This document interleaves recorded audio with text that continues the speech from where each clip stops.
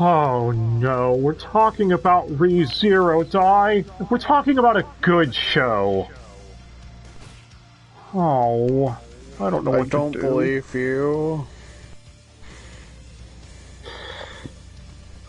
Okay, let's get this over with. First of all, for those who haven't seen ReZero, what is wrong with you? Go watch it! What, you're too busy watching SAO?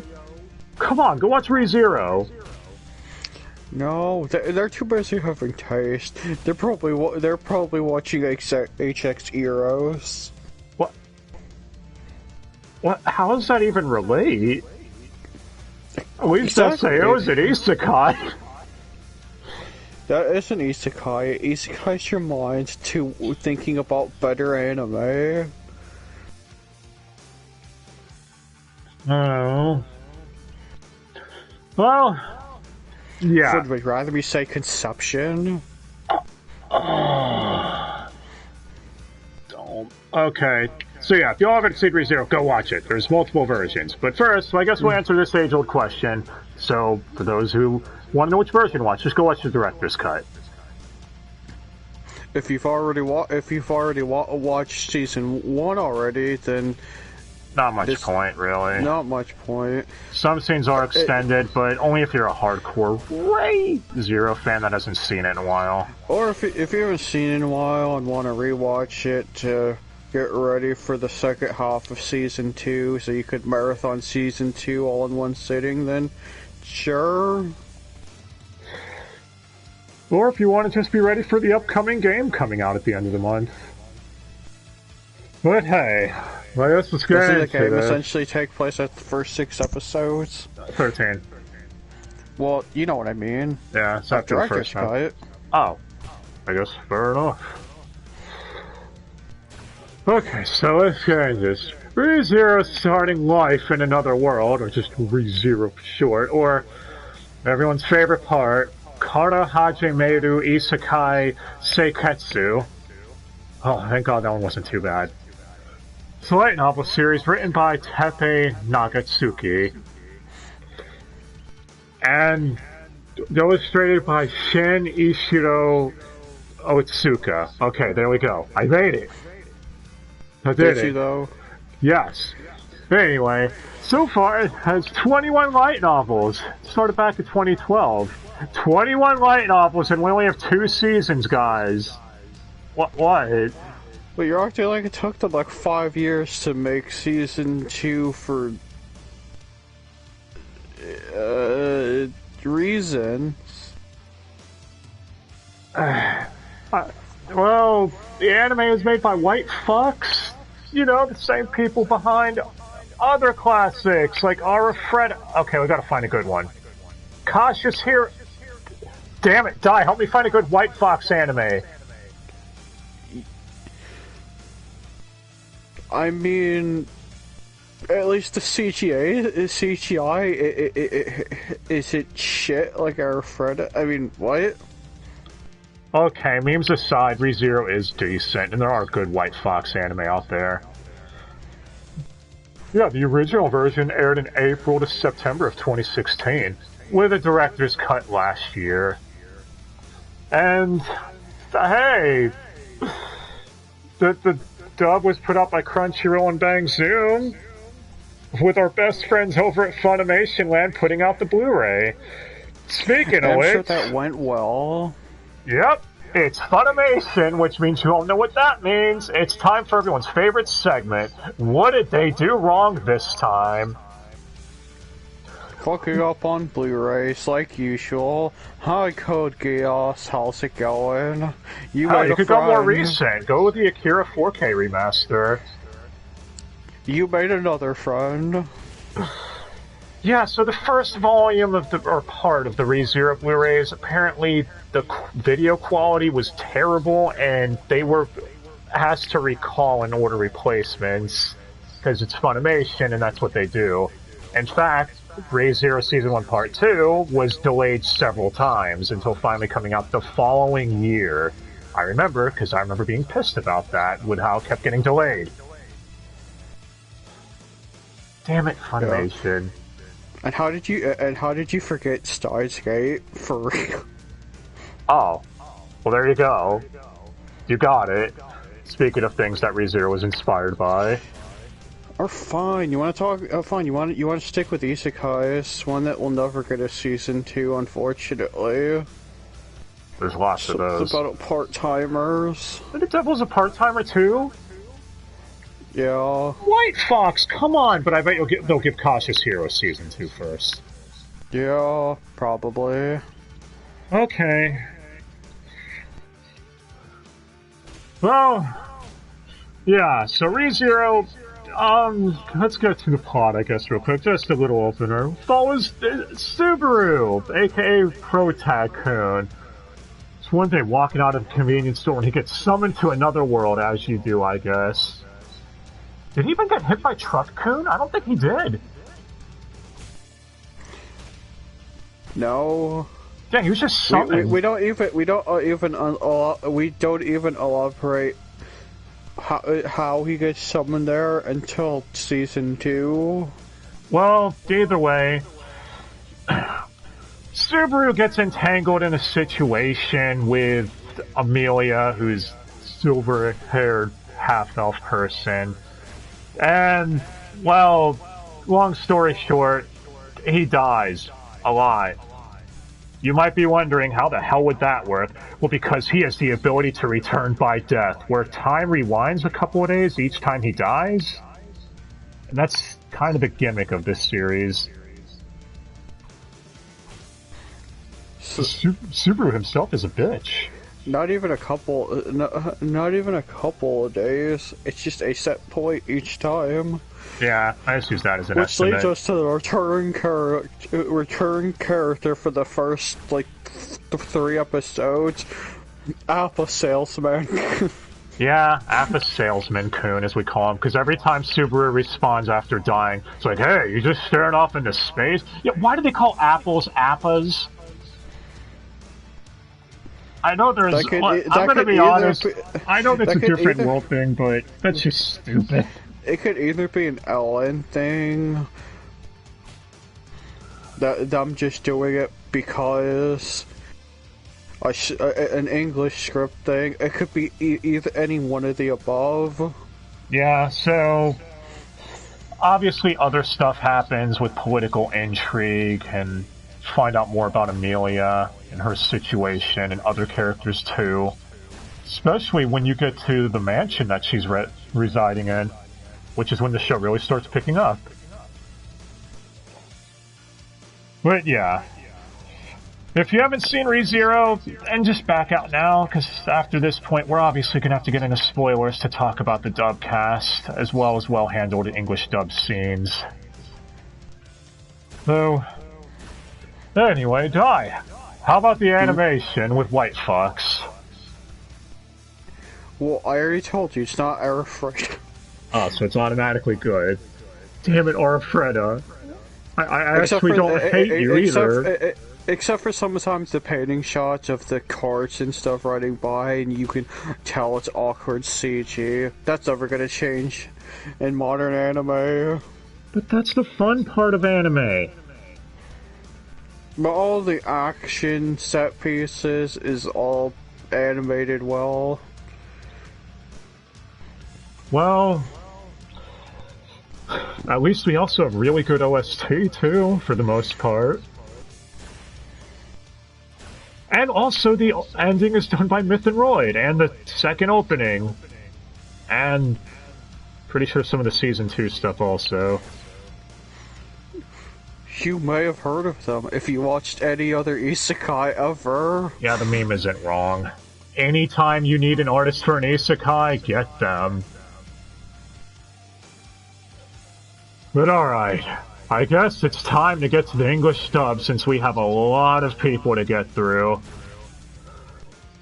Which, yeah, shouldn't be noted, the Director's Cut's dub was posted last week, as well as the dub for the 2 OVAs, Memory Snow and Frozen Bond. And this is something we're going to get to later. We're pretty sure that only the new scenes were redubbed. Yeah, and if anyone's wondering, are we going to go into each individual change? There's no point. There's actually a form you can find that does that, where it's like, Amelia stutters more when introducing herself as the Tella for a few extra seconds. It's like, it's not really necessary to go into. But okay. So first, we should note that the ADR director was Chris Kasem. We talked about him with Seven Deadly Sins, right, Di? Your favorite show. Even the show, a lot of people say is a better dub cast than it deserves. Yep. Or dub in general. Oh, yeah. He also did Record of Grand Crest War. And after watching Sins, this, and even looking back at Grand Crest War, yeah, I can confidently say he's probably one of Bang Zoom's best ADR directors, seeing as how all of his dubs turn out really solid. Well, the scriptwriter was Mike McFarlane, who's also written a lot of scripts before. Oh, so it was written by a baby. That's so rude. It's like, the man voice What? baby. He's DLC. Everybody loves fighters. But he has a baby. Okay, well first, let's talk about our main, Subaru. Voiced by Sean Shiplock, who we've also talked about here before. Mishima from Persona 5, the NPC as we dubbed him. Or Mista from JoJo. Everyone knows that Social Link. If you don't, have you even played the fucking game? If you haven't played the game, then why? Don't tell me you watched the anime. What's the matter with you? I mean, even if Royal has it has content added on like a growth, it's still easy to play either version, especially the dumbed down version of Royal. I mean, Royal's not fun. Okay, so yeah, this is probably Sean Shiplock's best work. Especially with, well, everyone's favorite scenes that they like highlighting with him. Yeah. Which we'll get to that once we're done listing off everybody. After this rewatch, you were able to tell that he also voiced Misha's bullets in JoJo. Oh yeah, when he does the mocking high-pitched stuff. I mean, obviously those had a little filter added on top of them, how high-pitched they were. Oh, those scenes are hilarious, though. When he's, you know, saving one of the other females, Priscilla or whatever, and she gets mad at him, and he says, "Oh, don't tell me you're one of those. I'm a strong, independent woman who needs no man." No, you're Doomsday.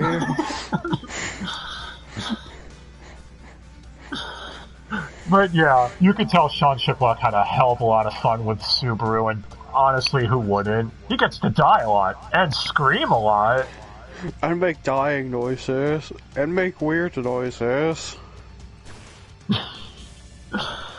But after him, we have Amelia, voiced by Kaylee Mills, who we've also talked about numerous times here before, looking back at Record of Grand Crest War. Or I guess she's also Alice in Sword Art Alicization. The better version of Saber, right, Di? Right, Di? Yeah, sure, if you like your cheap bootlegs. She's also Sheena in the Death and Request games, meaning she will never escape the grip of the isekai genre. Union and Konosuba. Hell, she'll voice someone in Shield Hero at some point, I imagine. Just give it time. And, yeah, this is another one where I feel she's at her best, easily. With every scene that she's in, she's also able to carry it perfectly well. I mean, they had to carry a whole entire movie by themselves, essentially. Yep, the Frozen Bond OVA, where she was mostly on her own and having to monologue for a lot of it. OVA air quotes, it's a fucking movie, don't lie.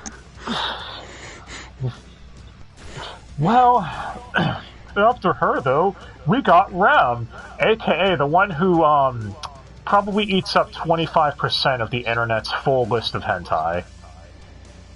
Now, you might be wondering, am I exaggerating on that? Do you believe if I would be or not? Yes. Well, Rem is voiced by Brianna Knickerbocker, someone else who we've talked about a lot here before. I mean, look, she's in Seven Deadly Sins, right, Di? Your favorite show. But if you want more isekais, she's Philo in Shield Hero, Wiz in Konosuba. She's also, in Death and Request and SAO, proving that she's, too, will never get out of the isekai thing. The isekai truck claims them all. It does. And this is also her in one of her best roles, too. Gonna notice a theme a lot with that, aren't we? Don't worry, I know everyone's wondering our thoughts when we get to the scene of Subaru and Rem. We'll get to that when we're done.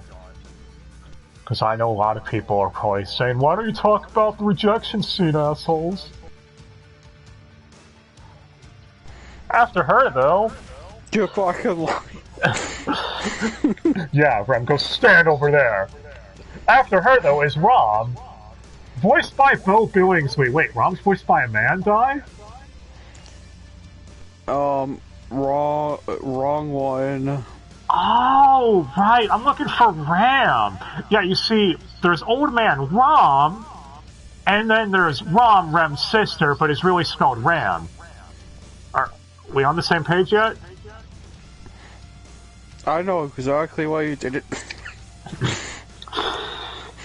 Look, this is one of the ADR direction choices that I don't think worked out very well. Especially with Old Man Rom over there. Old Man Rom shows up again later in the series, right after we just got the arc introducing Rem and Rom. The sibling Rom, not the old man. It'd be even more awkward if they interacted with each other at any point.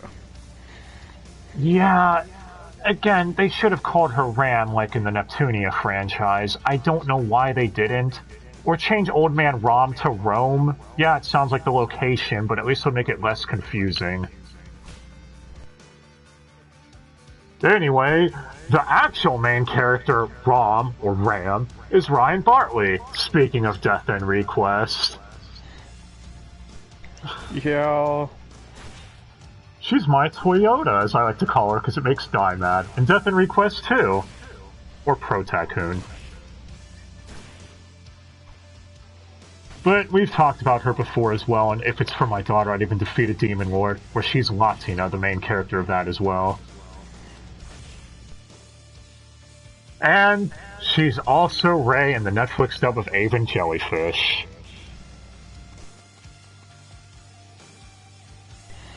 And you love that. Well, I'm sure you guys can notice the pattern here. This is another one where this is probably one of her best works. I'm pretty sure she was also oh wait, she was also an SAO. Of course she was. I'm pretty sure she was that movie character. Oh my god. Yeah, I think you're right. I'm pretty sure she was ad voices in Konosuba and the other one. Damn it! Why? You can't escape. We got more characters too coming up for the isekai train. Well, anyways, Rom, yeah, she doesn't get as much to work with in this season after her arc, but don't worry, in season 2, she makes up for it. So Rom fans can rejoice, I guess. And you can tell she has a lot of fun with this role, especially with all the comments she makes towards Subaru, or Barasu as she likes to call him. She likes to insult him all the time. It's so mean and hilarious. Yeah. Although I did get it, I did think it was funny when Subaru was like, "Wait, you're worse than your sister at everything. Why do you exist? What is your point?" No, that's for the flashback. I mean, Subaru did make comments about her being worse than Rem at everything. Because she can't cook as well as her, whatever. Except potatoes. Potatoes. Well, after Ram, whoever the fuck, we got Puck, the mascot.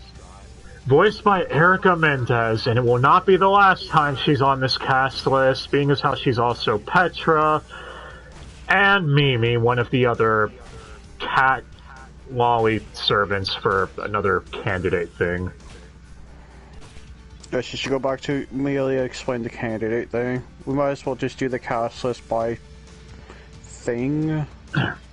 Okay, so everyone who's watching this, I hope, has seen it at this point. But yeah, basically, the country of Lagunica, there have 5 candidates that are each competing for the royal kingship, with Amelia being one of them. And so far, this is everyone who's on Amelia's side.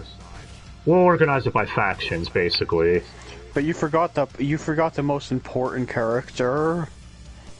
We're not at him yet. He's after Puck, if that's who you're talking about. Because I know who you're referring to. But yes, so Puck, Erica Mendez, or the mascot. Erica Mendez has also been in a bunch of isekai. Megumin and Konosuba, Rough Talia and Shield Hero. Why are all of you in all these isekais? She's in SAO. She's in Death and Request as Al, or Hinata. Is that her real name in that game? Like, jeez. It's like when it comes to an isekai dubbed out of California, we gotta get the same 3 or 4 people. That's what I'm starting to believe. But yeah. What? Made Isekai Quartet awkward at some points. Oh, it did. I mean, at least she's trying to do a different voice for all 3 of the characters she voices, but you can tell there's only so much she can really do, especially and it doesn't help that 2 of them are lollies. Yeah, Mimi and Petra, she's literally doing the same voice for both of them, so she can't really do much there, which is why double casting needs to be avoided in situations like this. Looking at you, Bleach. I mean, nothing could be on Bleach levels with that. You want to go back to the Persona 5 anime? Nothing can be on Bleach.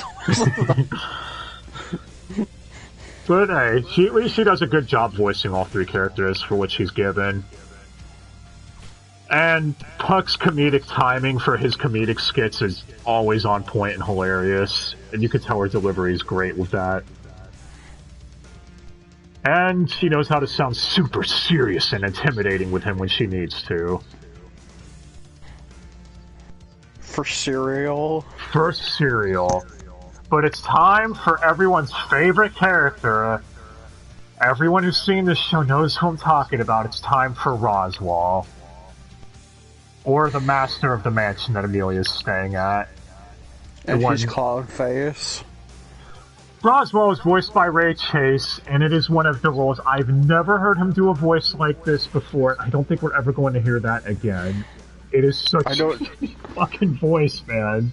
I don't know. I think it's even his voice for that role is even weirder when we get to courts. Yeah.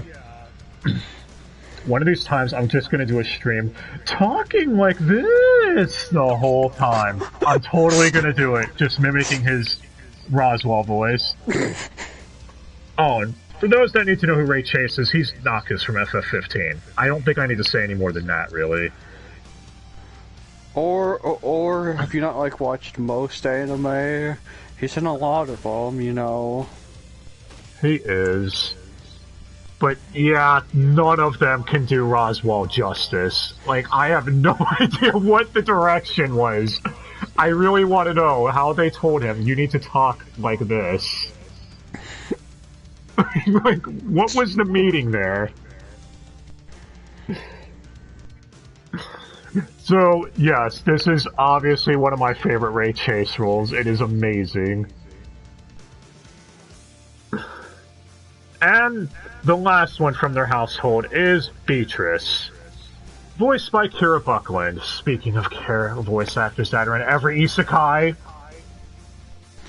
Oh, what about Death End Request?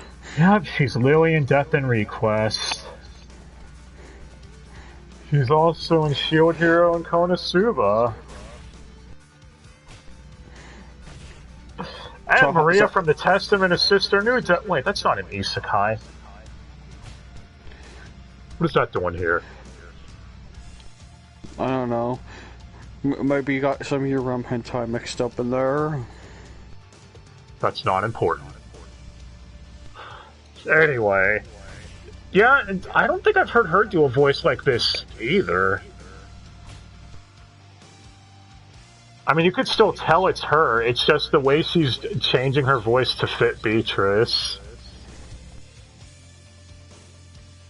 And she's doing the whole tsundere thing towards Barasu, which who doesn't? It's Barasu. And yes, that is his canon name. I agree with Rom on that change. Do you not? Do you not? Why do you laugh every time she insults him?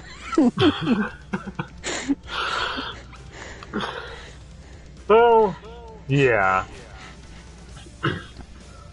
See, Kira Buckland does a great job as Beatrice. I suppose. And I suppose. Yeah, she kind of makes her sound like a lisp every now and again, but it does work for the character really well. Well, moving on from that, we have the next household. Or Cruchet's household, the next candidate. That's like only two... What's that? Oh no, 3 people. Yeah. Yep. Crochet is voiced by Erica Harlocker. Speaking of more isekai gatherings... Hey, Death End, what are you doing back here? Yeah, which one is she playing Death End? Clea, right? Clea. Yeah, she's Clea. Yeah. Holla, Clea. I hate you. Fine, she's Elizabeth in Seven Deadly Sins. You happy now? We're on in Persona 5. And, yeah, pretty sure she's also been in... Well, I know she's been in SAO. Could probably find her in Shield Hero and Konosuba somewhere. Yeah. She also plays a minor lolly character in the village. There's no payoff to that till season 2. Actually, Kira Buckland plays another character too, but we'll get to that later. Well, yeah. She does a good job as Crochet. Crochet gets a lot of screen time in the latter half of season 1. And she also makes Subaru mad, so she's automatically a winner. What do you mean he's a whitey harem having baby bitch? Okay. Moving on from her, we have Felix Argyle, or as he prefers to be called, Ferris, which that term is never mentioned in the dub to my knowledge. So, someone will have to explain that one. I don't understand what happened there. But even on the cast list for the upcoming game, it lists their name as Ferris. Anyway, he's voiced by Sarah Ann Williams, and yes, I did say he. He's a trap, as much as that depresses me too. Is it really a trap when they straight up tell you? No, they tell you halfway through the episode. After he's already healed Subaru and everything. And Subaru kept saying, Subaru kept calling them a cutesy face or whatever, the one with the cutesy face. And it's like, wait, that's a guy? Yeah. I mean, to be fair, to be fair, when asked about it, he did reply saying, "You just assumed I was a woman because of the clothing I wear." Subaru, you just assumed gender. That could get you banned off Twitter, you Philistine. Anyway, Sarah Ann Williams, A lot of you probably know her as Uni from the Neptunia franchise. Or, well, she's in SAO, I guess, too. Did somebody say Death End Request? Yep, she's Lydia in the Death End Request franchise. But hey, at least she does a great job voicing a trap, right? It's just lighting up this way for the Death End Request jokes. Yeah, it is, and I looked ahead on the cast list. We got more of them. Spoilers, I guess, with that one. But yes, Sarah Williams does a great job voicing someone that, why are you a trap? That makes me so depressed. Oh, fuck it, I don't care if it's a trap at this point. It still looks like a cute cat. Never mind. Anyway, after her, we have Wilhelm. And everyone loves Wilhelm. Voiced by Mark Derison in Season 1. Yeah, we'll get to that in a second. But Mark Derison, for those who don't know, is Guts from Berserk and Zoro from the best dub of One Piece. Right, Dai? Don't forget Kuwabara. Yeah, Kuwabara from the best dub of the Yu Yu Hakusho movie. And I guess he's Gon's dad in the Hunter x Hunter 2011 dub, too. I think? Yeah. Pretty sure it is. Problem is there's two dubs for Hunter x Hunter, so that one wasn't very clear with that one, but yeah, I think it's 2011 version. Yeah. And Reinstad from Fate Zero. Yeah. I'm not gonna lie, he's fucking awesome as Wilhelm. But that's not the only person who's Wilhelm. Might as well get it out of the way now. Okay, so the other Wilhelm in Season 2, from what we could tell, is Brock Powell. I'm talking about from Season 1. Well, I might as well get this out of the way for Season 2. So Brock Powell, we talked about before, he's Tsubaki in Saint Seiya Lost Canvas. And he was also in Netflix's dub of that live-action Ju-On Origins series. And that's about all I could really find on him. There's probably other stuff too, but yeah. But you're talking about young Wilhelm, aren't you? Yeah, if you want to talk about isekais. So young Wilhelm is Villain's Comeuppance, or Naofumi from Shield Hero. And I guess, Josuke from Diamond is Unbreakable? But he's not even the main character. Prove me wrong. The JoJo that got cucked by the supporting cast. So, Bizarre Adventure. Yep, Koichi's Bizarre Adventure. Okay. But yeah. I see a lot of people that actually say they prefer Mark as Wilhelm as opposed to Brock.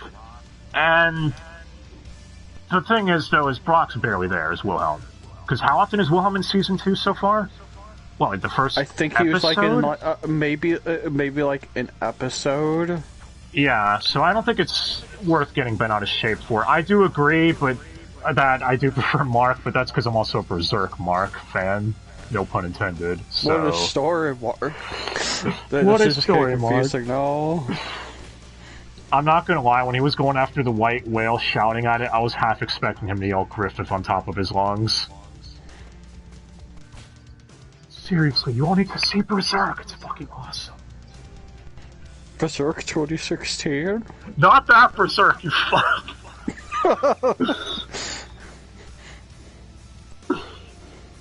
Actually, since he did voice Zoro in the 4Kids dub of One Piece, and Guts was replaced by Keiji Tang in Berserk 2016, who then would go on to play Zoro in Death Battle's One Piece version.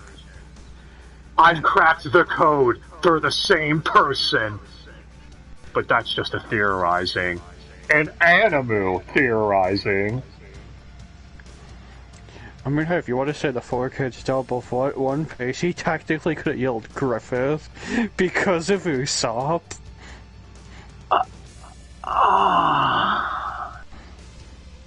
You should be ashamed of yourself.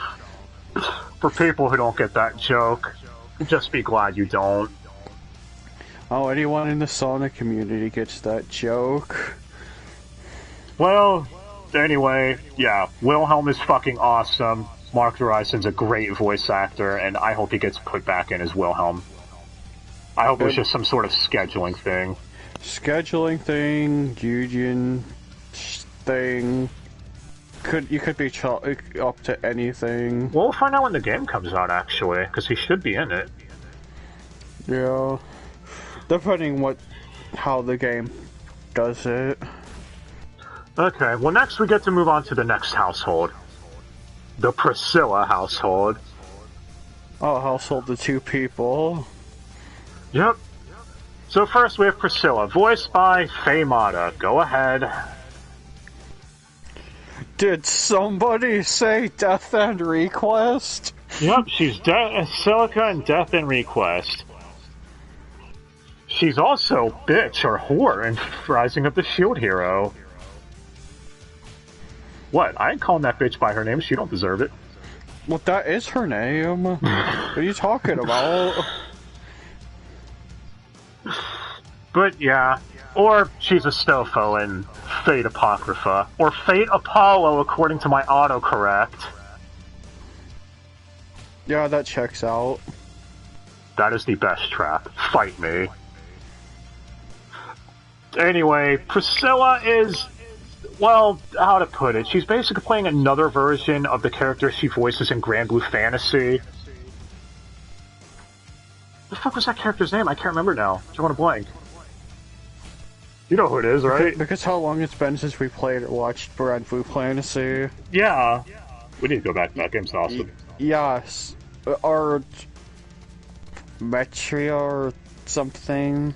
Someone's gonna correct us. I know it starts with an M. Yeah. I know it's like Metria or something. I'm too lazy to boot up the game to find. Anyway, yeah. So she's basically voicing someone that's probably a dominatrix in her spare time. And she's also the one Subaru saved that he made fun of, going, oh, don't tell me you're an independent woman, I need no man. Yeah. She made Subaru attempt to lick her foot.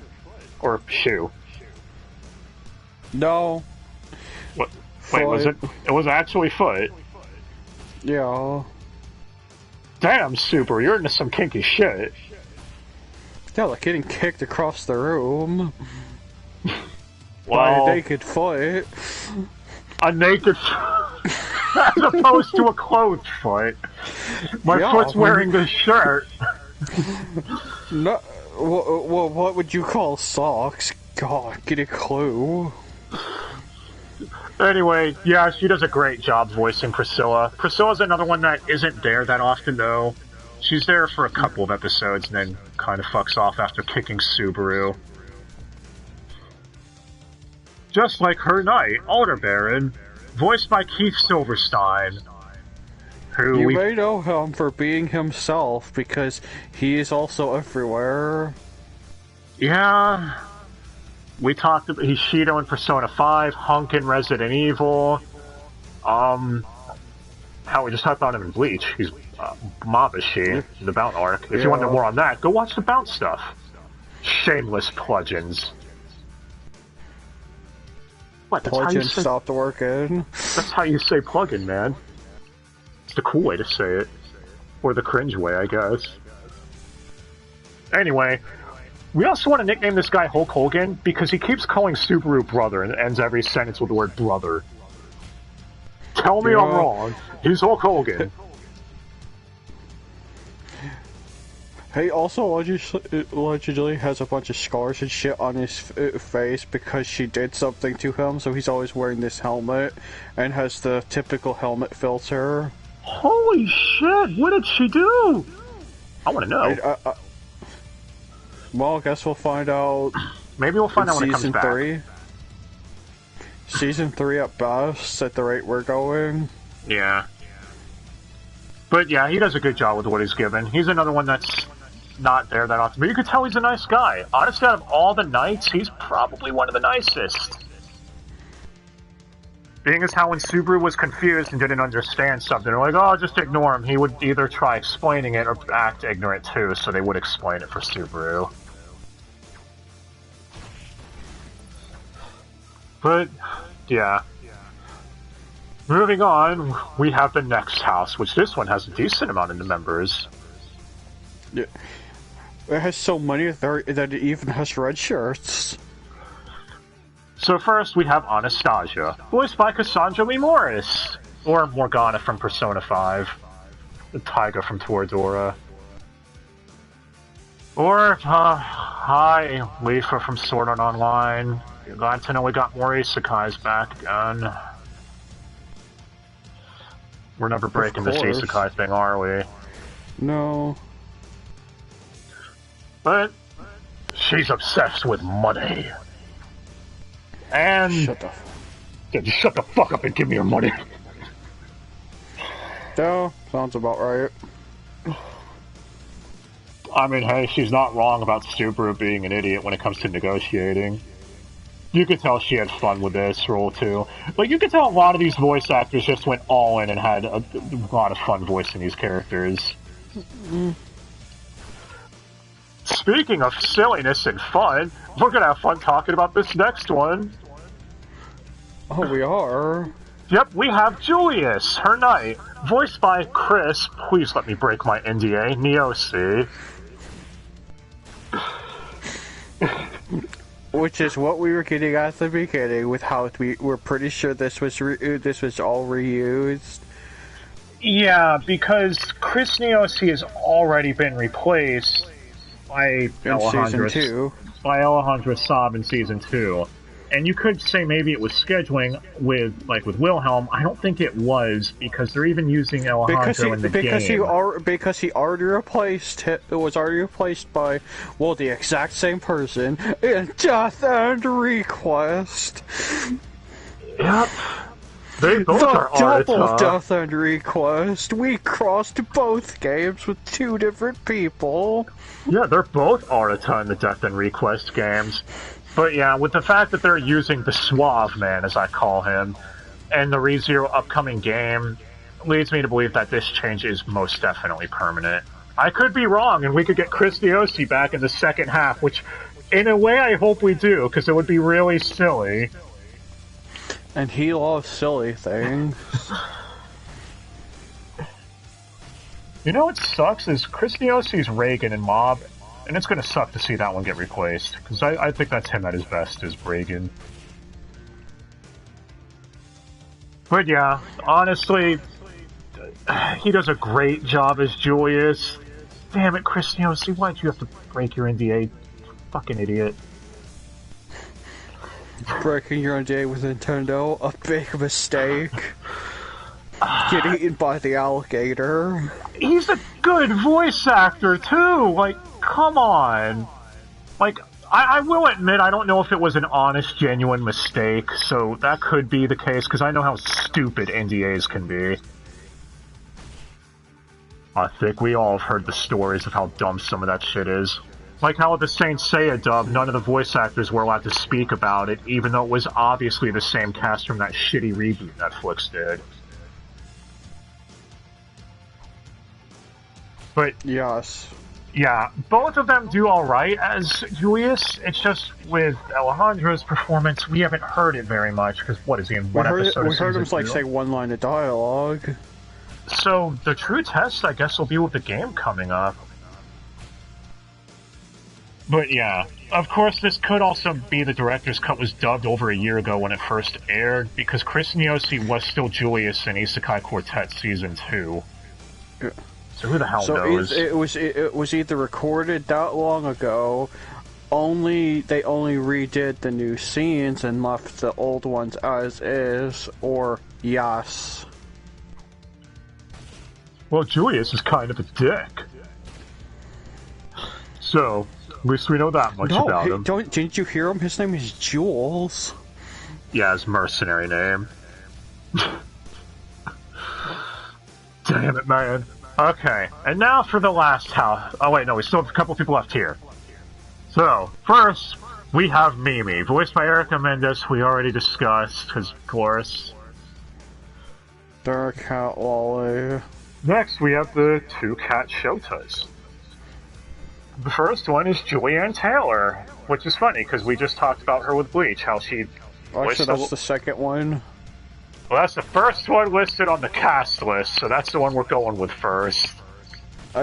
Technically, it's the one with more speaking lines. That might be why. the second one, because that's the one that shows up after that arc. Well, after the Whale of a Good Time. If you wanted to hear Julianne Taylor voice a Shota, now's your chance. Which is funny, because last time we were talking about how she barely voices any lolis in Bleach. Now it's the other end of the spectrum. And I guess she does okay with what she's given. Again, these cats don't get as many speaking lines. The Erica Mendez one is the one with the most. Because they're the one you see first. Yeah, the other one is Kira Buckland. Again, never change, California dubs. Never change. As much as you want to joke about it, this is the least egregious ad voice we've had. The only one I'm annoyed of is Erica Mendez, to be honest. That's the only one I felt they could have probably done a little more with, being as how all three of the Erica Mendez characters are kind of major characters, to the point of at least being recurring. Well, at the very least, two are. In fact, two of them are very minor Season 2 spoilers, are part of the Mansion household. Yeah, so Kira Buckland does okay. Honestly, this cat didn't talk much. She's at least doing a different voice, but... Yeah. I mean, they also voiced one of the recurring Shotas in the village. Yeah. Actually, didn't you say they were one of the other Shotas in the village but were replaced partway in? Yep. Yeah, because it was Kira Buckland and then changed to Jeannie Torado for some reason. No. Oh, that's who said that's who it was. By Anastasia over there. Oh. I have a feeling Cassandra Morris, okay. I got it. And I have a feeling they were replaced that way, because that's when they were in to record for it, and they didn't have her in before that. Yeah. It's usually how it goes. Probably. And they probably think people wouldn't notice, because they're just minor village kids. Who pays attention to what they sound like? Apparently well, we do, because we're nitpicking assholes. Because that's what we do. But yeah.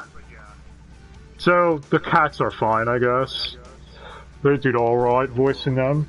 Now it's time for the last household. Which we have felt. Voiced by Christine Marie Cabanos, who we've covered here so many times now, at this point. People are probably thinking we're just chronicling her career. Yeah, sounds like it.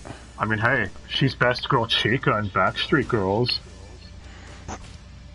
Yeah, sure.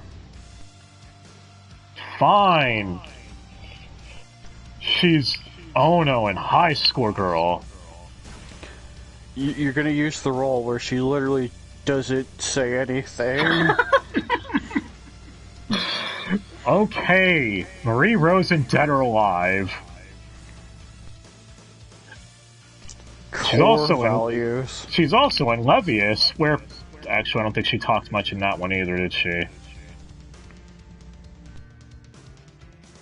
Damn it. We're not really helping our case. Okay, the point is... Yes. You could have just said Nupgear. Exactly. Or Silica and Sword Art Online. There we go. Had to bring it back to more isekais. Because of course we did. Anyway, yeah, this is another role where you could tell she had fun voicing, since she's usually playing the very moe roles, and this is against type completely with her. And like the 2 or 3 episodes she's actually in. Yet she's listed under the main cast. solely because she shows up during the first death loop. I wonder if that game's going to be any good. Well, how good are Disgaea clones? No, I'm talking about Deathloop. Oh, that. I mean, I people are hyped for it from what I hear, I think. Well, anyway, yeah, there's another role where Christine Maricabanos does an amazing job, especially when she gets really angry at the selection ceremony. Yeah. And she threatens to destroy the country. Tear it all down to the ground. Yep. Because she's tired of the whole nobility bullshit. Since she's had to... the way the nobles act at that thing, they deserve it. They genuinely do. Because you got council assholes. I mean, hey, one of those council assholes was Mark. Again? I mean, you're not wrong. Well, now we have her knight, Reinhard, voiced by Robbie Diamond. Alright, let's deal with his most obscure role. Go with the Duke. Okay, his most obscure role. I don't know. Hit one. So, clearly no one's played FF15 and has no idea what the Chocobo song is. Oh my god, I wanted to slap Prompto in the face. He wouldn't shut the fuck up. He just kept singing it. He wouldn't stop. But yes, he's Prompto in that. He's also Akechi in Persona 5, or Tuxedo Mask in the Viz dub of Sailor Moon. But fine, since we gotta bring it back to something that's in common with you want some pauses for P5 Royal, you get more crazy Akechi. And isn't that worth it a little bit? We gotta appease the fate marks, man. He's Merlin in Fate Babylonia. Yeah. And, yeah, Reinhardt is basically the reserved knight that doesn't seem to get angry very often. So, par for the course of the Robbie Damon role, really. He plays these roles a lot, doesn't he? Well, with what little time he's actually there, he's on screen as much as felt. And yet, he's listed under the main cast.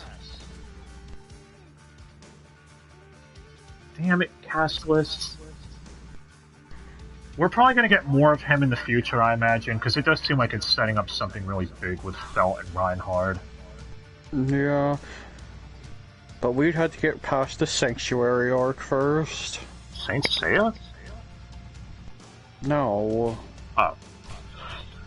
Well, now we can talk about the villains, and then we'll finally be able to get to our final thoughts, I suppose. First, we've got the first major antag, Elsa. No, not Elsa Walker from RE 1.5. How many will get that reference? I think 0 people were about to assume that. Well, she's voiced by Christina V. And she's crazy! I mean, if you wanted more... So what you're saying is Death and Request. You were waiting for that, weren't you? Fine, and Darkness from Konosuba as well. So now you're getting... But instead of being a pervo like Darkness, no, she just wants to cut people's entrails out. Perfectly sane stuff, right? Oh yeah, fine, I missed a Death End request. I could have said it with Ray Chase. Oh yeah, he is in that. Never mind. You sit over there. Actually, we could have said Konosuba with Robbie Damon. Shit. Yeah. Oh well. But yeah, Christina V is another California one. isekais have a lot of double casting when it gets to things like the crossover isekai quartet. People probably want us to cover that at some point. Don't worry, in the future, in like 17 years or something. When it actually exists again. Oh yeah, I got a lot to say about that whenever we talk about Isekai Quartet. But yeah, so Christina V does a great job, but now it's time for the main event. Oh no. It's time for Beto Gios. Basil Goose? Yes. Voiced by Todd Abercorn. Or you may know Natsu him from Fairy Tail. No, that no one knows who that is. That you may know him from making zombie noises in RA2 and 3 make. Okay, that's it's silly. More, and that one's more fitting with what Battle Chaos. Yes. Look, people agree that this is one of Todd's best performances that he's ever done, and yeah, we agree with that too. He was even nominated by a lot of people for Best Voice Actor of the Year when this dub came out, solely for Beto Gios. I'm pretty sure some Beto Gios scenes are extended too. That makes the director's cut completely worth it. At least I it think. does, yeah. But it doesn't help when some episodes are like 28 or 30 minutes, so you can never really tell. But don't you want love? Yes. Love.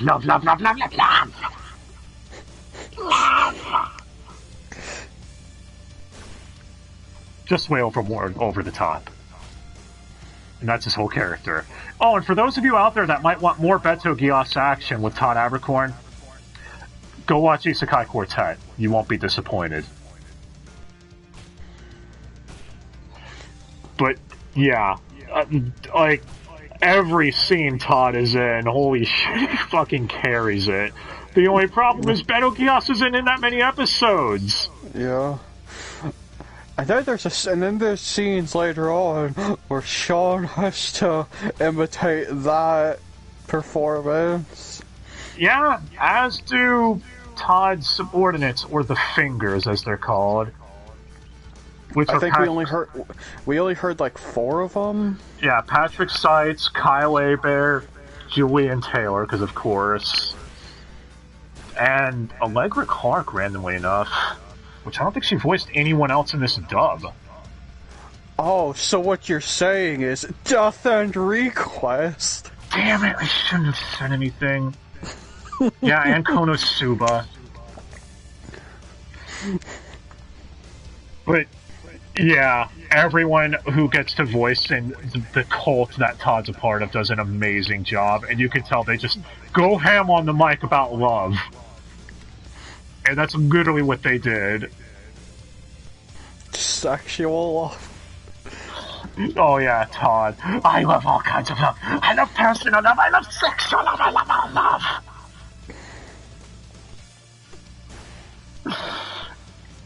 Damn it, Todd. I hope Beto Gios finds a way to come back later. I really do. I don't care what, if it's some sort of prequel side story that follows Beto Gios. Well, the only way he has to come back now is by possessing Subaru again. Yeah, or maybe a finger is left alive. I don't know. I just want more Beto Gios, damn it. Hence why Sean had to imitate Todd. Yeah, I can possess people. Well, it's because of the way he returns by death. Yep. Beto Gios is part of the witch's cult that worships the witch. Because only one witch is responsible for everything. Yep. Yeah. Like when they blamed the jealous witch, or the Witch of Envy, for the white whale. Even though, yeah. Anyway.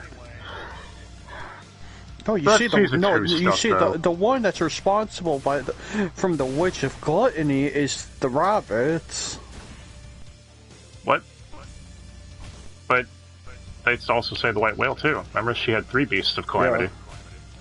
No, but all of it is but you see, I'm just kidding, because it's all the Witch of Envy, because everything must be blamed on them, because that's the way that society works, I guess. Only one witch is responsible for it all. It's the way they act.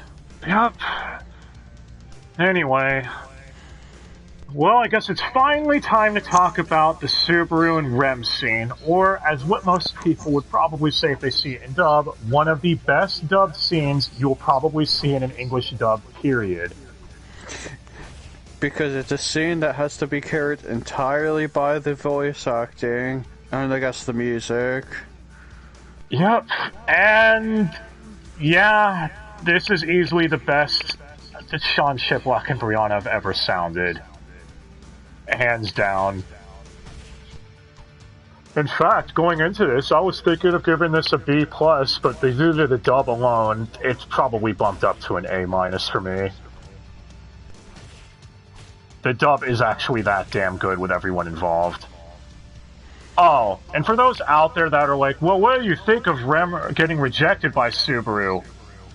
I'm not going to drop the show over that. I think that's a silly reason, too, and I've seen some people do that. And it's a light novel. Light novels are usually harems at the end of the day. Yeah, this was actually a breath of fresh air. We already established early on that he's been interested in Amelia. Again, this was actually a huge breath of fresh air for the light novel genre, I feel, or the harem genre. Because would you people rather him string Rem along for seasons upon seasons of content, or hundreds of light novels, just for her to eventually realize, oh, he's with Amelia and only her. Great. This way actually came across a lot better in the long run. And hey, it also means Rem could eventually potentially be shipped with someone else. Which I do hope the light novel takes that approach, where each person ends up with a ship by the end of it, instead of everyone just, Subaru! Yeah, so far it's only Rom, maybe. You mean with Roswell? Yeah. Yeah, I believe it. I think they're fucking. I know they call it mana releasing, but we know what that means.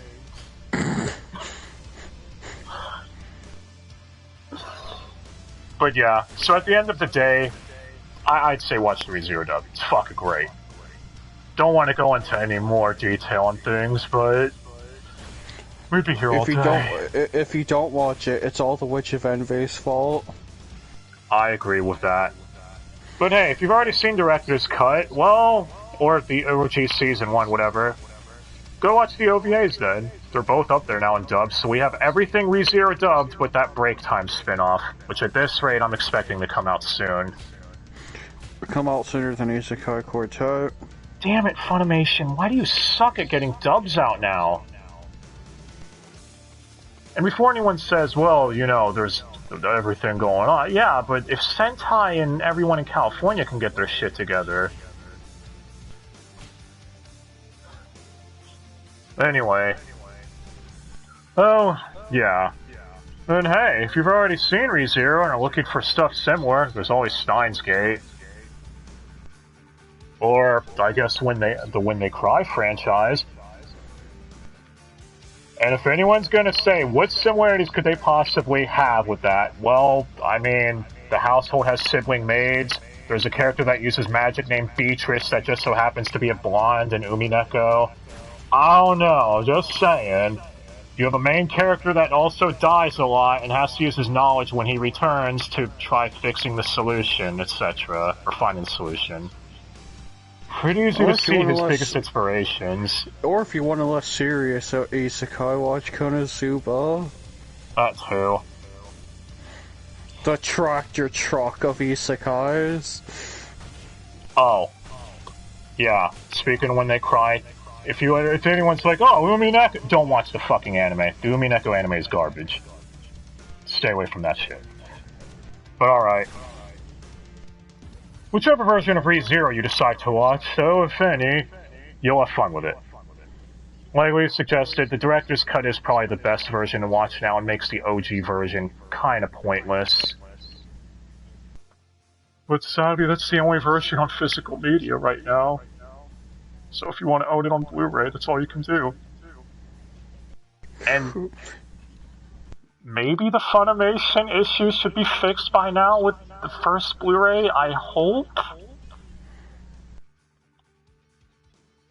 Yeah, you underestimate their incompetence. Yeah. Oh. And we might cover season 2 when it's done. Maybe not. Who knows? We'll see. Tried avoiding talking about that as much as possible. I mean, hey, at least during season 2 I'll be able to say Death End less. Not really, though. Well, thank you all for watching. Let us know what you thought of ReZero. I know some people out there I saw criticizing it for the Groundhog Day approach, but again, Steins Gate and When They Cry have also done it, and people praise the hell out of those too, so don't be so silly, guys. Come on.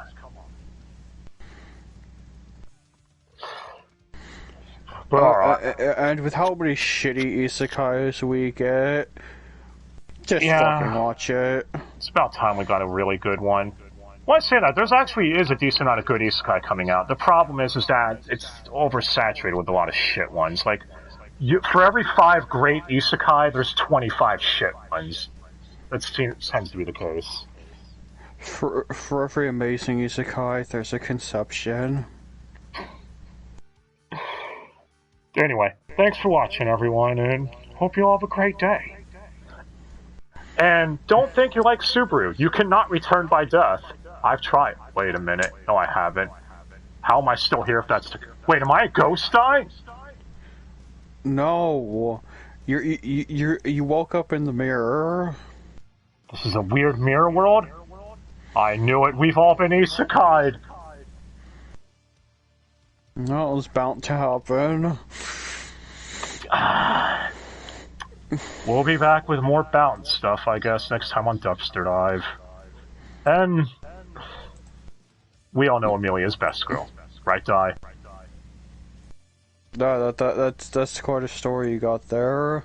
And liking Ferris isn't gay. It's not. Mm-hmm. Who are you trying to convince? I'm just trying to reassure other people that might have fallen for a trap that shouldn't have been a trap. And you know what? I'm getting out of here. Screw this. I'll have to explain myself. Till next time, guys.